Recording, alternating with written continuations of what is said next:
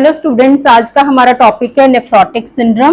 तो इसके हेडिंग से ये क्लियर हो जाता है कि ये नेफ्रॉन्स की प्रॉब्लम है, जो किडनी का फंक्शनल यूनिट होता है ना, जो मतलब फिल्ट्रेशन यहाँ पे होती है और ब्लड फिल्टर होके यूरिन फॉर्म होता है और वेस्ट मटेरियल जो है यूरिन के थ्रू हमारी बॉडी से बाहर निकलता है।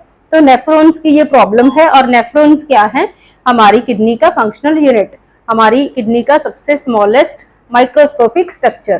तो मिलियंस में इनकी गिनती होती है किडनीज में, और ये जो है हमारे ब्लड को फिल्टर करके यूरिन फॉर्म करते हैं। ब्लड से वेस्ट मटेरियल जो है, एक्स्ट्रा वाटर जो है बाहर निकाल के यूरिन बनाते हैं, और यूरिन जो है उसके थ्रू बॉडी से बहुत सा वेस्ट मटेरियल बाहर निकल जाता है।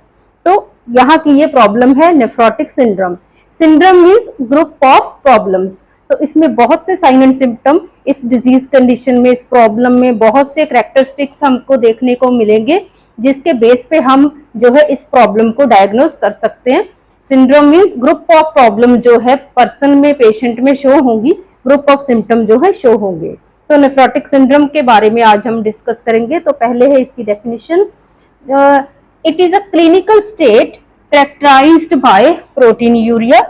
तो ये एक तरीके का क्लिनिकल स्टेट है, मतलब क्लिनिकली हम इसे जज कर सकते हैं। पेशेंट की कंडीशन देख के, पेशेंट के साइन एंड सिम्टम देख के क्लिनिकली हम जज कर सकते हैं कि कौन कौन से उसमें प्रॉब्लम्स प्रेजेंट होंगी, कौन कौन से कैरेक्टरिस्टिक्स इस प्रॉब्लम में प्रेजेंट होंगे, जिसके हिसाब से हमें पता चल जाएगा कि पेशेंट को कौन सी प्रॉब्लम है, नेफ्रोटिक सिंड्रोम की प्रॉब्लम है।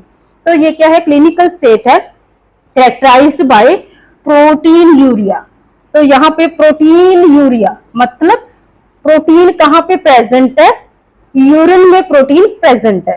नॉर्मली क्या होता है, ये है हमारा नेफ्रॉन की हाफ स्ट्रक्चर है। ये नेफ्रॉन का अकेला वुमेन्स कैप्सूल है ये, ठीक। यहाँ पे जो है, जो रीनल आर्टरी है, रीनल आर्टरी जो हमारी किडनी को ब्लड सप्लाई करती है, वो डिवाइड एंड रीडिवाइड होके जब तक नेफ्रॉन के पास पहुंचती है, उसे क्या बोलते हैं? Efferent renal artery.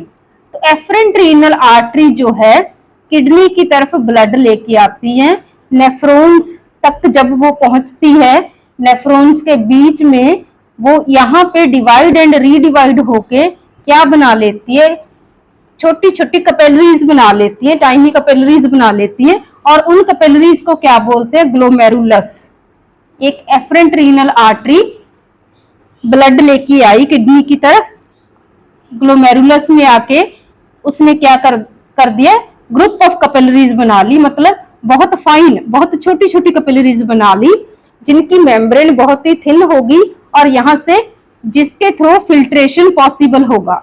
मतलब यहाँ तक भी इस एफरेंट रीनल आर्टरी की मेम्ब्रेन थिक थी, लेकिन आगे जाके इस वुमेन कप में जाके उसने क्या कर दिया?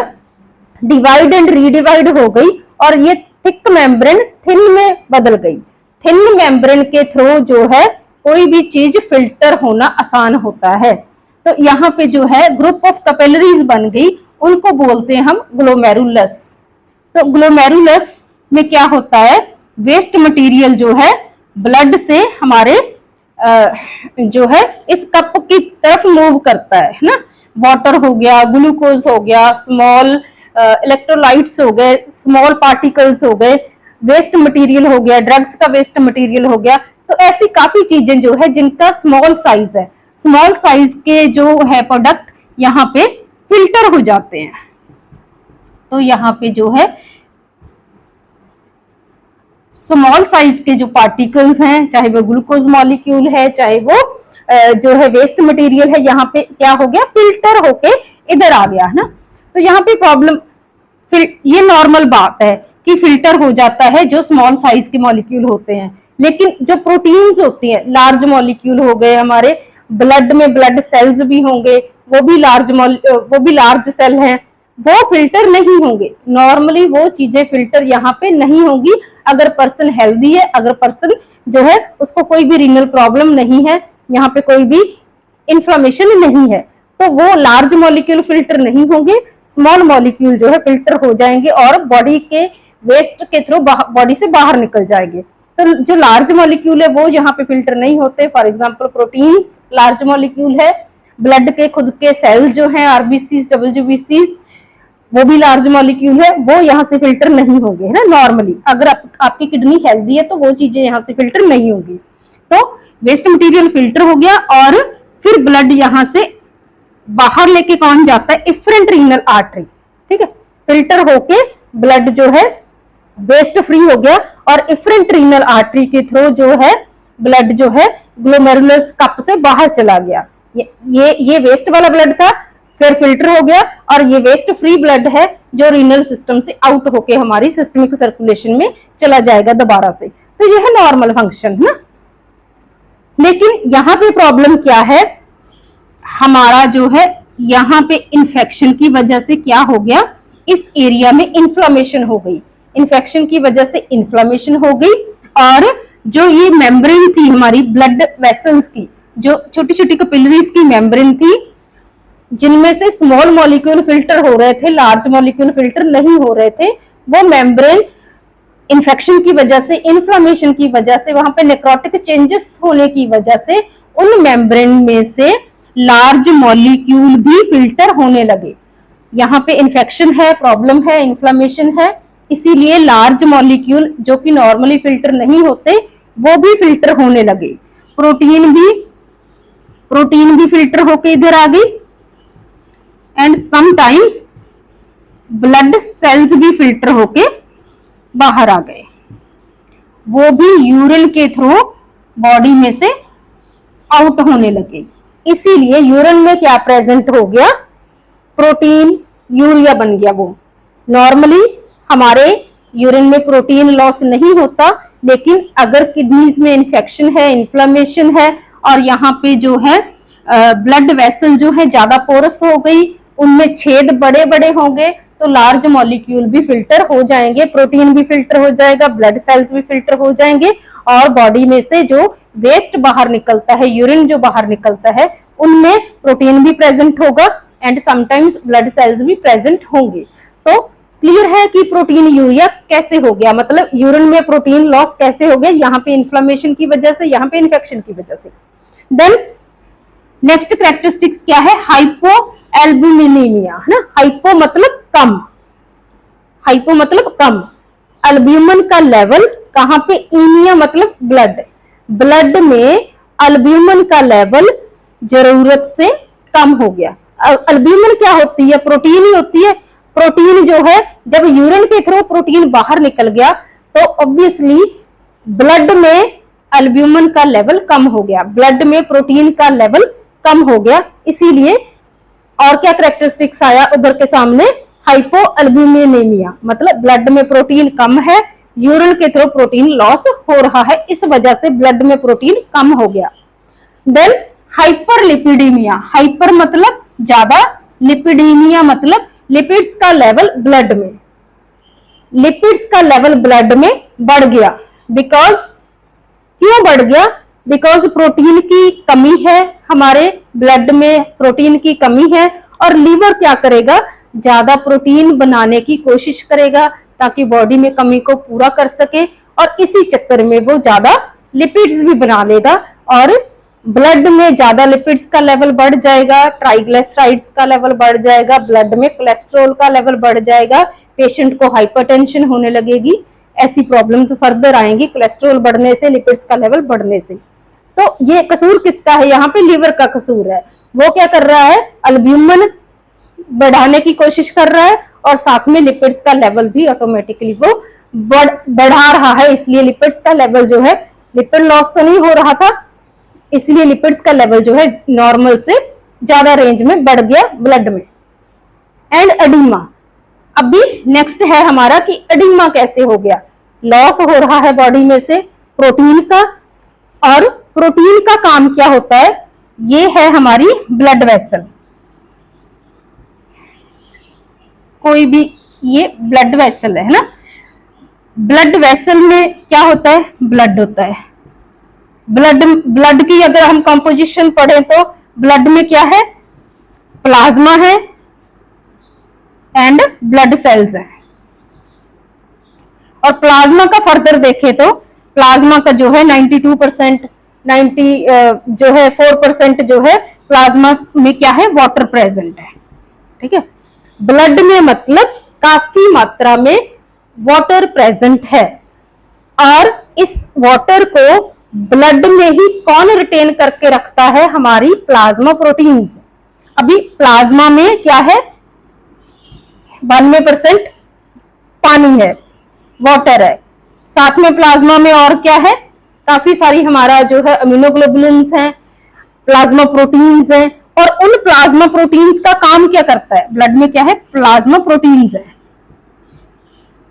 प्लाज्मा प्रोटीन्स क्या करती हैं, इस वाटर को ब्लड वेसल्स में रिटेन करके रखती हैं। अगर प्लाज्मा प्रोटीन्स जो है, प्रोटीन बॉडी से लॉस होने लगी, ब्लड में से प्रोटीन लॉस होने लगी, तो वाटर जो है, प्लाज्मा में जो वाटर है वो ब्लड वेसल में रिटेन नहीं रह पाएगा, वो ब्लड वेसल में से आउट होने लगेगा। अभी आउट क्या है हमारा, बाहर की तरफ क्या है, सेल टिश्यू है, तो वो जो पानी है सेल टिश्यू में अकमुलेट हो जाएगा, जिसे हम बोलते हैं एडिमा। नॉर्मली पानी जो है हमारे ब्लड में प्रेजेंट है, प्लाज्मा में प्रेजेंट है, और प्लाज्मा में प्लाज्मा प्रोटीन्स भी हैं। तो अगर प्लाज्मा प्रोटीन लॉस हो रही है ब्लड में से, तो वाटर क्या करेगा, इन जो है ब्लड वेसल्स में से सेल टिश्यू की तरफ मूव कर जाएगा, और सेल टिश्यू के अराउंड, सेल टिश्यू के intracellular and extra cellular space में जो है फ्लूइड फिल हो जाएगा, जिसे हम बोलते हैं एडिमा। तो यहाँ पे एडिमा पेशेंट में एक कैरेक्टरिस्टिक्स जो है वो बन जाएगा। तो यहाँ पे कौन से कैरेक्टरिस्टिक्स प्रेजेंट होंगे नेफ्रोटिक सिंड्रोम के पेशेंट में, proteinuria, because of porous हो गई मेम्ब्रेन, प्रोटीन लॉस हो गया, इसीलिए यूरिन में प्रोटीन प्रेजेंट होगा, प्रोटीन यूरिया वाला सिम्टम होगा। हाइपोएल्ब्यूमिनीमिया, प्रोटीन लॉस हो गया, ब्लड में प्रोटीन का लेवल कम चला गया। ठीक है, और लिवर का काम जो है, लिवर एक्टिवेट हो गया, ज्यादा प्रोटीन बनाने लगा ब्लड में उसकी कमी को पूरा करने के लिए, और साथ साथ में लिपिड्स भी ज्यादा बनाने लगा, ट्राइग्लिसराइड्स भी बढ़ गए, फैटी एसिड भी बढ़ गए, और लिपिड्स का लेवल भी बढ़ गया ब्लड में। देन एडिमा कैसे हो गया, प्रोटीन लॉस की वजह से। जब प्लाज्मा प्रोटीन लॉस हो जाएंगी, प्रोटीन यहाँ पे लॉस हो रहा है, पहले भी हमने डिस्कस किया, इस वजह से जो प्रोटीन का फंक्शन है वो भी खत्म हो जाएगा। प्रोटीन का फंक्शन क्या होता है, वाटर को रिटेन रखना ब्लड वेसल्स में से, ब्लड में, एंड जब प्रोटीन्स ही नहीं है तो वाटर जो है बाहर की तरफ मूव हो जाएगा ब्लड वेसल्स में से, सेल टिश्यू में भर जाएगा, ठीक है, पेरिटोनियल कैविटी में भर जाएगा, और पेशेंट को एडिमा की प्रॉब्लम आएगी, एंड बाद में धीरे धीरे जाके साइटस एनासार्का की प्रॉब्लम आएगी। तो एडिमा जो है इस तरीके, ये जो है कॉज है एडिमा कैसे हो गया। तो एडिमा जो है सबसे पहले आंखों के नजदीक एडिमा होगा, पेरिऑर्बिटल एडिमा जिसे बोलते हैं, एंकल एडिमा हो सकता है, लेग्स में एडिमा हो सकता है, और धीरे धीरे सारी बॉडी में जनरलाइज्ड एडिमा हो जाएगा। ऐसा लगेगा कि पेशेंट का जो है वजन बढ़ रहा है, because of fluid retention, patient का वजन जो है इंक्रीज हो जाएगा फ्लूइड रिटेंशन की वजह से, और जिसकी वजह से फर्दर हाइपरटेंशन की प्रॉब्लम आएगी। और जब जनरलाइज्ड एडिमा हो जाता है, सारी बॉडी में फ्लूइड फिल हो जाता है, उसको हम बोलते हैं एनासार्का। तो ये जो है सभी टर्मिनोलॉजी है, और टर्मिनोलॉजी जो है नर्सिंग स्टूडेंट्स को अच्छे से आनी भी चाहिए ना। तो एडिमा जो है जब जनरलाइज्ड एडिमा हो जाता है उसको बोलते हैं हम एनासार्का। तो ये कैरेक्टरिस्टिक्स प्रेजेंट होंगे नेफ्रोटिक सिंड्रोम वाले पेशेंट में। Sometimes there may B haematuria. तो हेमेचूरिया क्या है, यूरिन में प्रोटीन तो प्रेजेंट थी ही, प्रोटीन लॉस हो रहा था, प्रोटीन फिल्टर हो गई थी, और कई बार ब्लड सेल्स भी फिल्टर होके यूरिन में प्रेजेंट हो सकते हैं। बॉडी के थ्रू जो यूरिन बाहर निकल रहा है उसमें प्रोटीन भी प्रेजेंट होगी। इस पेशेंट के यूरिन में, नॉर्मली यूरिन में प्रोटीन्स प्रेजेंट नहीं होती, और ना ही ब्लड सेल्स प्रेजेंट होते हैं। तो अगर पेशेंट को ये प्रॉब्लम है यहाँ पे इन्फ्लेमेशन की, इन्फेक्शन की, तो प्रोटीन लॉस भी हो जाएगी, और साथ में ब्लड सेल भी जो है वो भी लॉस होकर यूरिन में प्रेजेंट हो जाएंगे, और उसको हम बोलते हैं प्रोटीन यूरिया। देन हाइपरटेंशन की प्रॉब्लम आएगी, एडिमा की वजह से ब्लड प्रेशर बढ़ने लगेगा पेशेंट का, एंड GFR जो रेट है, ग्लोमेरुलर फिल्ट्रेशन रेट जो है वो रिड्यूस्ड हो जाएगा। इन्फ्लेमेशन की वजह से जो है आउटपुट जो है नॉर्मल से कम हो जाएगी, एंड सम फ्लूइड जो है रिटेन हो जाएगा बॉडी में, एंड समटाइम्स आउटपुट जो है नील भी हो सकती है अगर किसी को रीनल प्रॉब्लम है, अगर किसी को किडनी की प्रॉब्लम है। तो ये जो किडनी की प्रॉब्लम है, इसकी फर्दर जो कॉज वो बेस्ड है कि ये एक लोकलाइज्ड प्रॉब्लम, इसी एरिया की प्रॉब्लम है।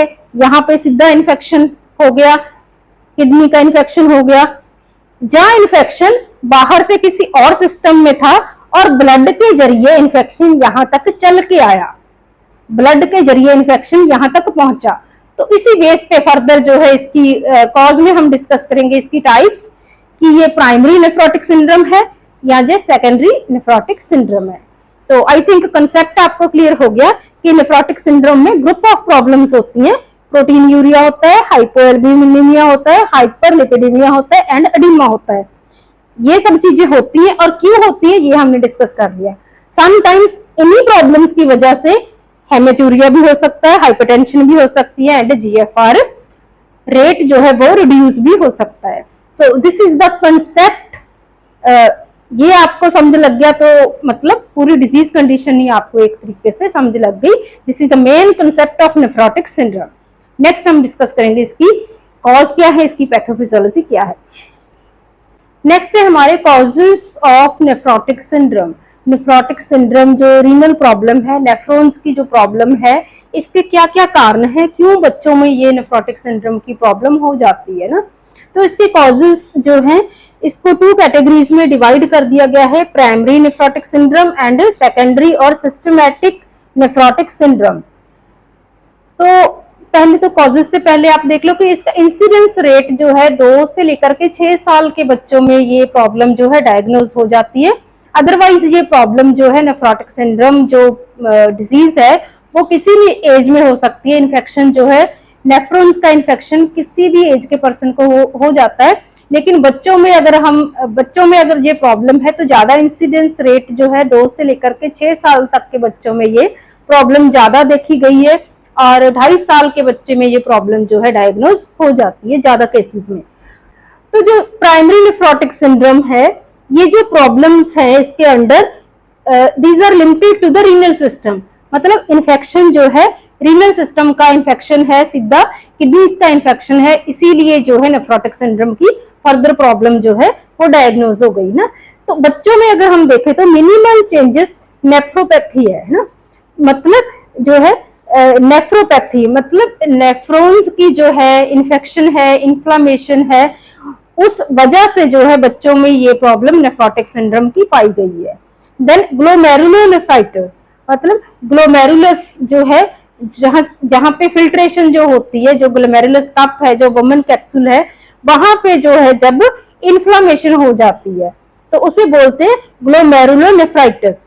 तो वहां पे इन्फेक्शन है, इन्फ्लामेशन है, उस वजह से वहां पे पोरस हो गई मेम्ब्रेन्स, उस वजह से प्रोटीन लॉस होने लगा, उस वजह से प्रोटीन लॉस की वजह से एडिमा हो गया, और मतलब ये नेफ्रोटिक ये जो ग्लोमेरुलोनेफ्राइटिस है ये फर्दर कॉम्प्लिकेट होके क्या एक नई और बीमारी बन गई, that is nephrotic syndrome.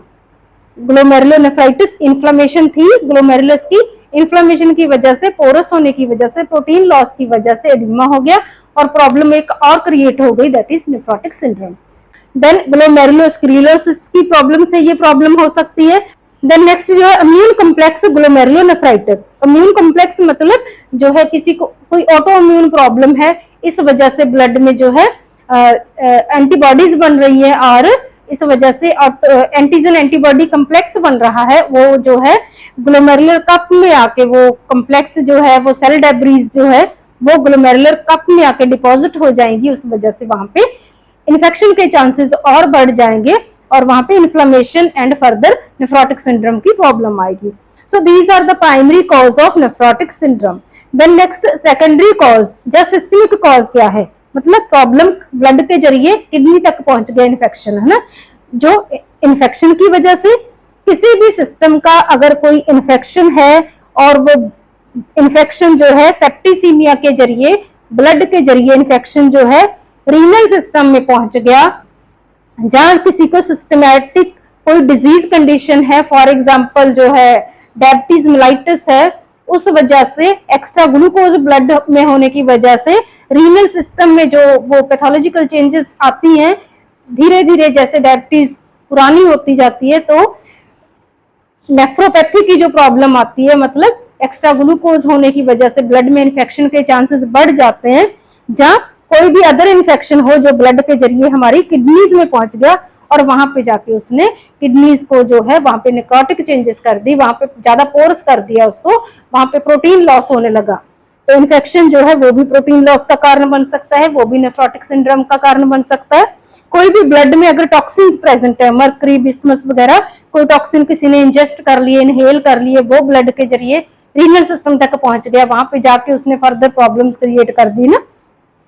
Then किसी भी तरीके की एलर्जी है, किसी को फूड एलर्जी है, पॉलन ग्रेन एलर्जी है, तो एलर्जी क्या करेगी, एंटीबॉडीज बनाएगी एलर्जन के अगेंस्ट, एंटीजन एंटीबॉडी कम्प्लेक्स बनेगा और फर्दर जो है कम्प्लेक्स जो है सेल डेब्रीज जो है हमारे रीनल सिस्टम में डिपॉजिट हो जाएगी और फिल्ट्रेशन कम कर देगी, ज्यादा पोरस हो जाएगी, नेक्रोटिक चेंजेस आ जाएंगी और ऐसी प्रॉब्लम्स फर्दर ग्लोमेरुलोनेफ्राइटिस बन जाएगी लास्ट में जाके। अगर कोई कार्डियोवैस्कुलर प्रॉब्लम है, किसी को सिकल सेल एनीमिया है, मतलब आरबीसीज की शेप जो है चेंज है, वो भी जो है शेप जो चेंज होती है वैसे है ना, जो आरबीसीज हमारे स्मूथ सरफेस होती है उनकी, लेकिन सिकल सेल एनीमिया में आरबीसीज की जो शेप भी चेंज हो जाती है और उसकी स्मूथनेस भी चेंज हो जाती है। वो वेसल्स में जो है वेसल्स को भी इंजर्ड कर सकती है और हमारे रीनल सिस्टम में पहुंच के वहां पे भी इंजरी इन्फ्लेमेशन कर सकती है। किसी पर्सन को रीनल वेन थ्रोम्बोसिस है ना, क्लॉट फॉर्मेशन की, वेन्स में क्लॉट फॉर्मेशन की प्रॉब्लम है, तो वो भी जो है विस्कोसिटी जो है ब्लड की वो बढ़ा देंगे और जितना कोई फ्लूइड ज्यादा विस्कस होगा, ज्यादा गाढ़ा होगा, वो जल्दी जल्दी मूव आगे, उसकी मूव होने की स्पीड कम हो जाएगी और जब मूव होने की स्पीड कम हो जाती है तो इन्फेक्शन के चांसेस बढ़ जाते हैं। देन ल्यूकीमिया वाले पेशेंट को भी नेफ्रोटिक सिंड्रोम के चांसेस होते हैं। So these are the causes, these are the types of nephrotic syndrome और we can say causes of the nephrotic syndrome. Types के अकॉर्डिंग जो है नेफ्रोटिक सिंड्रोम के कॉजेस क्या है। Next we are going to discuss about the pathophysiology. The next है pathophysiology of nephrotic syndrome. जो pathophysiology जो है कहां से शुरू हो गई, जैसे ही हमारा ग्लोमेरुलर जो मेम्ब्रेन है, जैसे ही जो ग्लोमेरुलर मेम्ब्रेन है, जैसे हमने पहले ग्लोमेरुलस ड्रॉ किया था, ये जो ग्लोमेरुलस की मेम्ब्रेन है, जैसे ही इसमें कोई अल्ट्रेशन होनी शुरू हो गई, अल्ट्रेशन मतलब ग्लोमेरुलर मेम्ब्रेन में कोई चेंज आनी शुरू हो गई इन्फेक्शन की वजह से, यहाँ पे ये जो मेम्ब्रेन है इसकी इन्फ्लेमेशन हो गई और जब भी कहीं पे भी इन्फ्लेमेशन होती है तो वहां पे जो है मेम्ब्रेन पोरस हो जाती है। जो यहाँ पे जो परमिएबिलिटी थी, उसकी जो छेद थे यहाँ पे, जहां से छोटी चीजें फिल्टर होती थी वो ज्यादा पोरस हो गई, वहां से अब बड़ी चीजें भी, प्रोटीन भी, आरबीसीज भी, डब्ल्यूबीसी, तो ऐसी चीजें जो है यहाँ से फिल्टर होनी शुरू हो जाएगी। जैसे ही अल्ट्रेशन हो गई, ग्लोमेरुलस मेम्ब्रेन में चेंजेस आ गई इन्फेक्शन की वजह से, इन्फ्लेमेशन की वजह से, उसके बाद क्या हो गया, alter glomerular protein permeability. Protein की जो परमिएबिलिटी थी, प्रोटीन का जो फिल्टर होने का प्रोसेस था वो भी अल्टर हो गया, वो भी चेंज हो गया। तो ग्लोमेरुलस का जो नॉर्मली यहाँ से प्रोटीन लॉस नहीं होता था, लेकिन जैसे ही मेम्ब्रेन में बेसमेंट में चेंजेस आ गई, इन्फ्लेमेशन हो गई, तो जो प्रोटीन की परमिएबिलिटी थी वो भी यहाँ पे चेंज हो जाएगी। नॉर्मली यहाँ से प्रोटीन जो है फिल्टर नहीं होती थी, नॉर्मली प्रोटीन फिल्टर नहीं होती थी, लेकिन जैसे ही यहाँ पे परमिएबिलिटी इंक्रीज हो गई परमिएबिलिटी, तो बड़े मॉलिक्यूल, फॉर एग्जांपल जो प्रोटीन है, उनका लॉस होना यहाँ पे शुरू हो गया। This membrane becomes permeable to large molecules, proteins and blood cells. तो इस वजह से क्या हो गया, increase loss of protein in urine. Urine यहाँ से फिल्टर होके सारा मटेरियल जो है यूरिन बन जाता है और यूरिन हमारी बॉडी से बाहर निकलता है। तो उस यूरिन में अभी क्या प्रेजेंट होगा, प्रोटीन भी प्रेजेंट होगा। यूरिन के थ्रू लॉस होना प्रोटीन का वो बढ़ गया, increase loss of protein in urine, है ना, यूरिन के थ्रू प्रोटीन का लॉस बढ़ गया, जहां से फिल्टर होके यूरिन में ऐड हो गई प्रोटीन, और यूरिन के थ्रू हमारी यूरिन टेस्ट में प्रोटीन का प्रेजेंट हो गया। Then decrease colloidal osmotic pressure, तो यहाँ पे प्रोटीन का लेवल यूरिन में तो बढ़ गया, लेकिन प्रोटीन का एल्ब्यूमिन का लेवल ब्लड में कम हो गया, बॉडी में प्रोटीन की कमी हो गई, और प्रोटीन का जो काम था, ब्लड में प्रोटीन का जो काम था वाटर को रिटेन करके रखने का ब्लड वेसल में, वो चेंज हो गया, कम हो गया वो, है ना, तो जो है मतलब डिक्रीज हो गया ब्लड में ऑस्मोटिक प्रेशर, और जिसकी वजह से जो वाटर था ब्लड वेसल्स में वो सेल टिश्यू की तरफ जाने लगा, जिसकी वजह से एडिमा हो गया, जिसकी वजह से सेल टिश्यू की तरफ जब पानी मूव कर जाएगा वो सेल टिश्यू में फिल हो जाएगा, सेल टिश्यू के अराउंड जो एक्स्ट्रा सेलुलर स्पेस है वहां पे फिल हो जाएगा एक्स्ट्रा पानी, और बॉडी में क्या हो जाएगा, एडिमा हो जाएगा, सूजन आ जाएगी। एक तो यहाँ पे है, और दूसरी तरफ अगर हम देखें तो जैसे ही कोलोइडल ऑस्मोटिक प्रेशर डिक्रीज हो गया तो क्या हो गया, डिक्रीज वेस्कुलर वॉल्यूम, वही चीज है कि वेस्कुलर वॉल्यूम डिक्रीज हो गया, ब्लड वेसल्स का जो वॉल्यूम था, वॉल्यूम किससे बना था, जो प्लाज्मा में जो है वाटर है उससे ही प्लाज्मा में वॉल्यूम था, जो ब्लड में वाटर की जो कंपोजिशन है उसका रोल था ब्लड का वॉल्यूम बनाने में, और वो वॉल्यूम जो वाटर है वो ब्लड वेसल में से लॉस हो गया, सेल टिश्यू की तरफ चला गया, इसीलिए वहां पे ब्लड वेसल में क्या हो गया, वेस्कुलर वॉल्यूम कम हो गया। इस वजह से क्या हो गया, डिक्रीज्ड रीनल ब्लड फ्लो, तो ब्लड का जैसे ही वॉल्यूम कम हो गया तो रीनल सिस्टम में जो ब्लड जाता है फिल्टर होने के लिए वो भी कम हो गया। तो इस वजह से क्या होगा, कई बार अक्यूट रीनल फेलियर भी हो सकता है, जब फिल्टर होने के लिए किडनी की तरफ ब्लड कम जाता है तो सडन एकदम से रीनल फेलियर भी हो सकता है, या फिर बॉडी का कंपनसेटरी मैकेनिज्म भी स्टार्ट होगा, ब्रेन की तरफ मैसेज जाएगा, जैसे ही रीनल ब्लड फ्लो कम हो गया ब्रेन की तरफ मैसेज जाएगा कि एल्डोस्टेरोन हार्मोन की प्रोडक्शन बढ़ाई जा सके, वो क्या करेगा, रीअब्जॉर्प्शन को बढ़ा देगा, इंक्रीज सिक्रीशन ऑफ एल्डोस्टेरोन, तो एल्डोस्टेरोन जो है इस हार्मोन की प्रोडक्शन इंक्रीज करेगा हमारा जो है एंडोक्राइन सिस्टम, और इसकी वजह से इसका काम क्या होता है, रीअब्जॉर्प्शन सोडियम की एंड वाटर को रीअब्जॉर्ब करना। जैसे इसके आगे अगर हम ड्रॉ करें तो क्या है, नेफ्रॉन की अगर हम आगे स्ट्रक्चर ड्रॉ करें तो आगे क्या है, प्रॉक्सिमल कॉन्वोल्यूटेड ट्यूब्यूल है, देन लूप ऑफ हैनल है, देन डिस्टल कॉन्वोल्यूटेड ट्यूब्यूल है, कलेक्टिंग डक्ट है।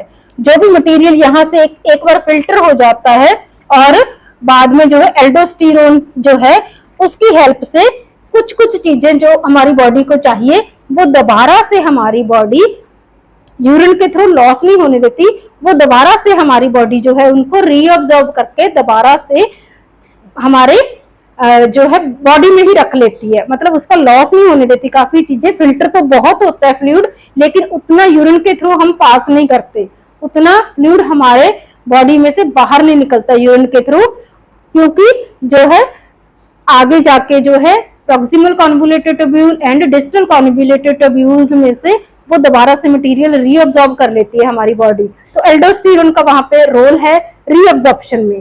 तो इसको तो एल्डोस्टेरोन क्यों बढ़ा, क्योंकि रीनल ब्लड फ्लो कम हो गया, यहां से मैसेज ब्रेन की तरफ गया कि रीनल ब्लड फ्लो कम है, ब्लड का वॉल्यूम कम हो गया, और हमारा ब्रेन क्या करेगा, एल्डोस्टेरोन की प्रोडक्शन को बढ़ा देगा, और ये क्या कर देगा, रीअब्जॉर्प्शन को बढ़ा देगा, सोडियम एंड वाटर को रिटेन करने लग जाएगा, आउटपुट को कम कर देगा, बॉडी में रिटेन कर लेगा दोबारा से सोडियम एंड वाटर को, और इस वजह से भी क्या हो जाएगा, फिर रिटेन हो गया फ्लूइड और रिटेन हो गया, देन ब्लड में उसको रिटेन रखने के लिए प्लाज्मा प्रोटीन तो है नहीं, तो वो फ्लूइड जो पहले रिटेन हो गया था ब्लड में वो ब्लड से सीप आउट होके, ब्लड वेसल्स में से सीप आउट होके बाहर निकल के कहाँ चला गया, सेल टिश्यू में कम्युलेट होने लगा, और वो भी एडिमा और बढ़ गया, एडिमा और बढ़ गया, जिसकी वजह से फर्दर हाइपरटेंशन भी हो सकती है, जिसकी वजह से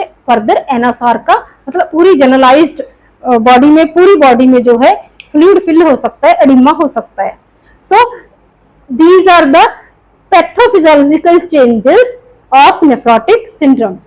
नेक्स्ट है हमारा clinical manifestations of nephrotic syndrome. तो कैसे क्लिनिकली जो है जज कर सकते हैं पेशेंट को हम कि इसको जो है नेफ्रो की प्रॉब्लम है, कोई रीनल प्रॉब्लम है इसको। तो क्लिनिकल मैनिफेस्टेशंस कौन कौन से साइन एंड सिम्टम जो है पेशेंट शो करेगा। तो सबसे पहले एडिमा, जैसे हम बहुत टाइम से डिस्कस कर रहे हैं कि एडिमा हो जाता है पेशेंट को, स्टार्टिंग में आईज के अराउंड एडिमा होता है, लेग्स में एडिमा हो जाता है, एंकल्स में एडिमा हो सकता है, और धीरे धीरे जो है पूरी बॉडी में जनरलाइज्ड एडिमा हो जाता है, जिसे हम बोलते हैं एनएसआर का। मतलब जो है पहले फ्लूइड जो है जैसे जैसे सेल टिश्यू की तरफ फ्लूइड जो मूव करेगा, तो पहले जो है कहाँ पे शो करेगा, पेरिऑर्बिटल एडिमा हो सकता है, एंकल एडिमा हो सकता है, लेग्स में एडिमा हो सकता है, फिर धीरे धीरे फ्लूइड जो है पूरी बॉडी में फिल हो जाएगा, जिसे बोलते हैं हम एनएसआर का, और जहां जिसे बोलते हैं हम जनरलाइज्ड एडिमा। देन नेक्स्ट वही फ्लूइड जो है हमारे एब्डोमेन के अराउंड जो पेरिटोनियल कैविटी है वहां पे भी फ्लूइड फिल हो जाएगा, उस पेरिटोनियल कैविटी में फ्लूइड फिल हो जाएगा, जिसे बोलते हैं हम असाइटिस। तो असाइटिस जो है जैसे लीवर जो है अपना काम करना, वहां पे प्रोटीन लॉस होने की वजह से जो है अगर जो है ब्लड में प्रोटीन की कमी हो, तो ऐसे पेशेंट को जो है जिसको लीवर डिसऑर्डर हो, प्रोटीन कम बनाता हो लीवर, तो ऐसे पेशेंट को जो है असाइटिस की प्रॉब्लम आती है। तो यहाँ पे भी ब्लड में प्रोटीन की कमी है, इस वजह से असाइटिस की प्रॉब्लम आएगी, पेरिटोनियल कैविटी में फ्लूइड जो है फिल हो जाएगा। देन हाइड्रोथोरेक्स, ऐसे ही हमारे थोरेक्स में भी, थोरेसिस कैविटी में भी हमारा फ्लूइड जो है फिल हो जाएगा पेशेंट में, पूरी बॉडी में फ्लूइड फिल हो गया, जनरलाइज्ड एडिमा हो गया, पेरिटोनियल कैविटी में फ्लूइड हो गया, प्लूरल कैविटी में फ्लूइड हो गया, एंड फ्लूइड का जो है आउटपुट जो है, यूरिन का आउटपुट जो है वो डिक्रीज हो गया, है ना। किडनी की तरफ जो है ब्लड वॉल्यूम कम होने की वजह से जो ब्लड जो है वो किडनी की तरफ फिल्टर होने के लिए कम जा रहा है, जिस वजह से कम फिल्ट्रेशन हो रही है, और यूरिन आउटपुट जो है ओलिगोयूरिया हो गया, आउटपुट जो है कम हो गई, जहां आउटपुट जो है नील के बराबर हो गई नेफ्रोटिक सिंड्रोम के पेशेंट को। देन जो भी आउटपुट हो रही है उसमें ब्लड प्रेजेंट हो सकता है, प्रोटीन तो प्रेजेंट है ही, और साथ में इन्फेक्शन की वजह से, ज्यादा मेम्ब्रेन पोरस होने की वजह से ब्लड सेल भी वहां से फिल्टर हो जाएंगे, और यूरिन में ब्लड जो है नॉर्मली जो नहीं प्रेजेंट होता, लेकिन इस पेशेंट के यूरिन में ब्लड भी प्रेजेंट होगा एंड यूरिन भी प्रेजेंट होगा, ब्लड भी प्रेजेंट होगा एंड प्रोटीन भी प्रेजेंट होगा। देन इन्फेक्शन है, इसीलिए फीवर होगा पेशेंट को, एंड अगर उसको कोई एलर्जी की वजह से नेफ्रोटिक सिंड्रोम है तो रैशेस हो सकती हैं, और एंटीजन एंटीबॉडी कॉम्प्लेक्स फॉर्मेशन की वजह से जो है सेल डेब्रीज जो है, जब वेस्ट एंटीजन एंटीबॉडी रिएक्शन का जो डिपॉजिट है वो जॉइंट में फेब्रोटिक चेंजेस कर देगा, और जॉइंट पेन भी हो सकती है, जैसे अर्थराइटिस वाले पेशेंट को होता है ना, वो भी ऑटोइम्यून डिसऑर्डर है। और जैसे हमने बोला हेमेचूरिया है, ब्लड लॉस हो रहा है, ब्लड की कमी हो गई, एनीमिक हो गया पेशेंट और पेलर हो गया, तो यहाँ पे ब्लड लॉस होने की वजह से यूरिन के थ्रू ब्लड लॉस हो रहा है, इसलिए पेशेंट एनीमिक हो गया एंड पेलर हो गया, और लिवर की भी दिक्कत आ रही है, प्रोटीन कम है, और कई बार पेशेंट को जो है मतलब पीलापन जो है उसके चेहरे से झलकेगा, जैसे उसको जो है जॉन्डिस हो गया हो, है ना, अनीमिया की वजह से भी, जहाँ हाइपर जो है बिलिरुबिन, हाइपर बिलिरुबिन की वजह से भी। देन इरिटेबिलिटी, पेशेंट फीवर है, सिक है, बहुत सी जो है उसको अनीमिया की प्रॉब्लम आ रही है, इस वजह से जो है बेबी कैसा होगा, इरिटेबल होगा, जहाँ जो भी है इरिटेबल वाली कंडीशन हो जाएगी। Then loss of appetite but weight gain, अभी अनीमिक है पेशेंट, उसको फीवर है, जहाँ उसका जो है टेस्ट भी जो है वो चेंज हो गया मेडिसिन की वजह से, लॉस ऑफ एपेटाइट हो गया, खाएगा कम, उसका जो है न्यूट्रिशनल स्टेटस जो है हेल्दी जो है वेट गेन करने का, वो वेट गेन तो नहीं होगा, लेकिन फ्लूइड अकमुलेशन की वजह से उसका जो है वेट गेन हो रहा है, उसकी बॉडी में फ्लूइड रिटेन हो रहा है, यूरिन आउटपुट कम हो रही है, वजन बढ़ रहा है लेकिन उसको हम हेल्दी वजन नहीं बोल सकते। देन अनीमिया है, इसीलिए इन्फेक्शन के चांसेस बढ़ गए। The child will be susceptible to the infection, infection के चांसेस और ज्यादा बढ़ गए। सिकनेस की वजह से, अनीमिया की वजह से, आरबीसीज का ब्लड का लॉस होने की वजह से patient is further more susceptible for the infection.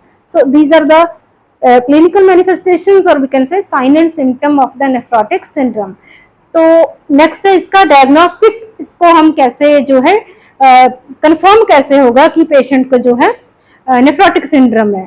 तो काफी तो जो है इन साइन एंड सिम्टम से ही क्लियर हो गया कि अगर आंखों के नीचे एडिमा है, लेग्स में एडिमा है, फर्दर जो है यूरिन में प्रोटीन प्रेजेंट है, यूरिन का जो है आउटपुट कम हो गई, बीच में ब्लड भी यूरिन में प्रेजेंट है, तो ये सारा क्या इंडिकेट करेगा कि पेशेंट को रीनल प्रॉब्लम है, पेशेंट को नेफ्रोटिक सिंड्रोम है। मतलब पेशेंट की लुक से ही हमें देखने को पता चल जाता है, आईज के अराउंड एडिमा होता है जैसे, तो नेफ्रोटिक सिंड्रोम का ये बहुत ही मतलब स्ट्रॉन्ग इंडिकेशन है।